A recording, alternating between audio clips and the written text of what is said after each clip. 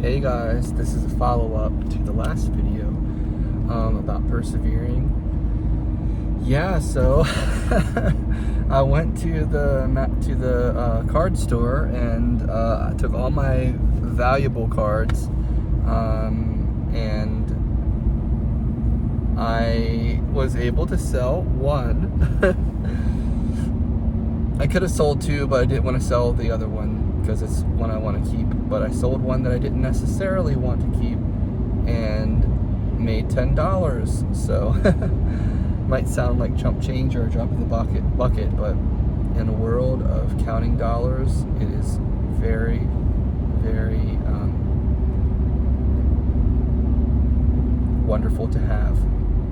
And it was just enough gas to take care of me for right now. So I'm very, very thankful for that, and that means I will be able to get to my fiance's house.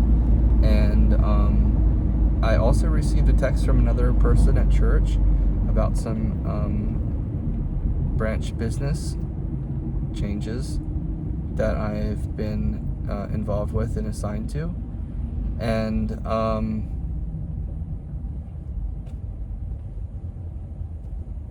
it further solidified it. What it did was it made me realize that it is such an important thing for me to be in branch presidency meeting tonight, which I know it's so important to be in branch presidency meeting tonight. It's so important to be in branch presidency meeting every night, every time, every week. But it just solidified to me.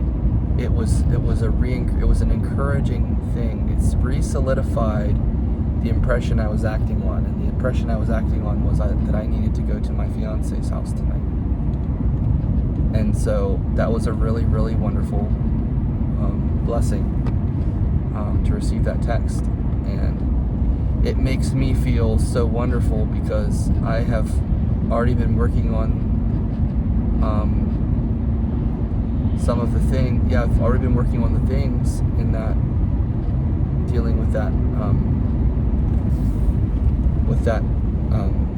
those responsibilities, those actions that I've been tasked with. And the person was so kind, and is a very close friend of mine, and is a very kind person. And I'm very thankful for that, and I'm very thankful for the text, because it just made me feel so good. It just made me feel like, you know what, I am doing stuff, even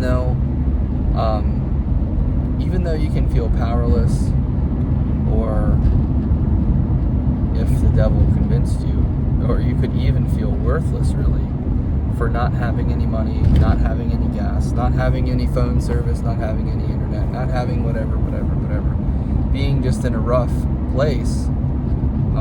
Now, as soon as my check comes in, I'll get everything fixed. Everything will be reactivated and turned back on, plus more and then some.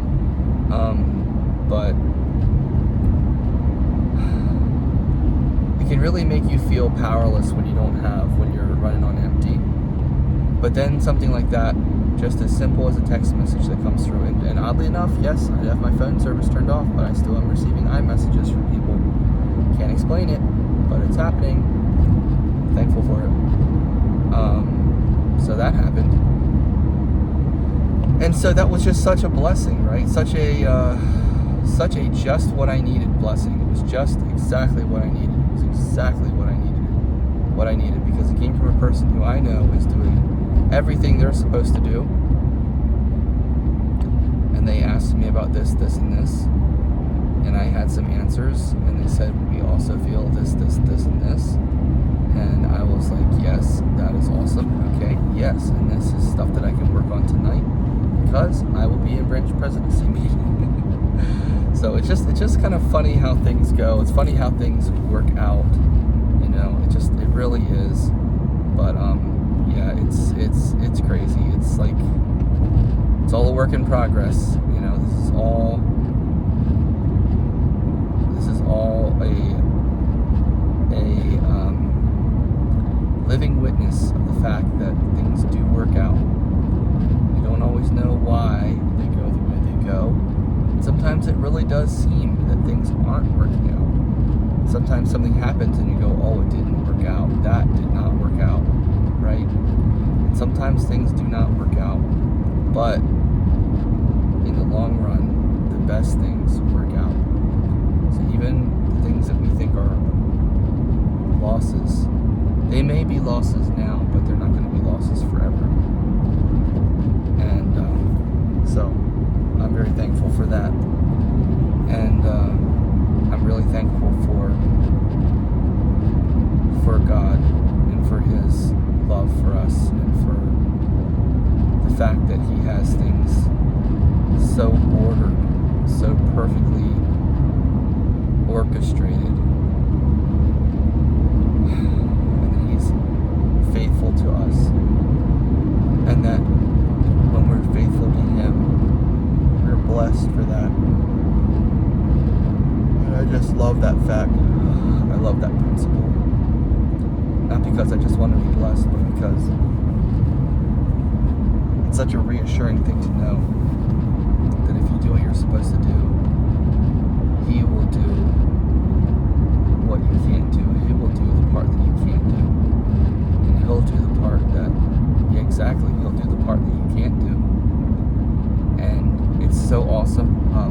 Something my branch president said recently really helped me realize some things. It was a really wonderful perspective setter. This is in our last branch council meeting. He said, remember, this is the Lord's work.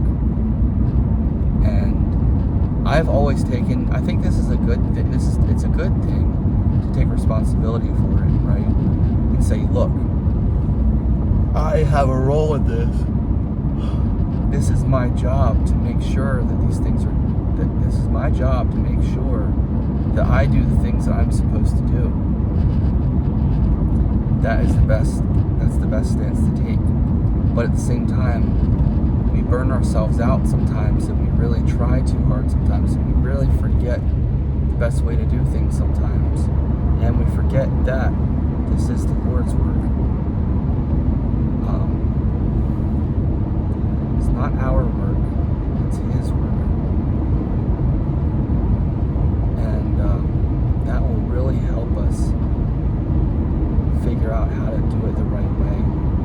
Because when we realize that it's His work, it really takes a lot of our biases out of it. Or it should, at least, I think. Yeah, it should. But, yeah. So, it's just really, really wonderful that, first of all, that we can be engaged in such a wonderful work. We can be a part of such a wonderful work. Marvelous work and a wonder. It's so amazing. So, anyway, just wanted to share part 2 with you guys. Keep the faith, as always. Don't let go. Don't let go of it. Keep going. Keep going. Don't stop.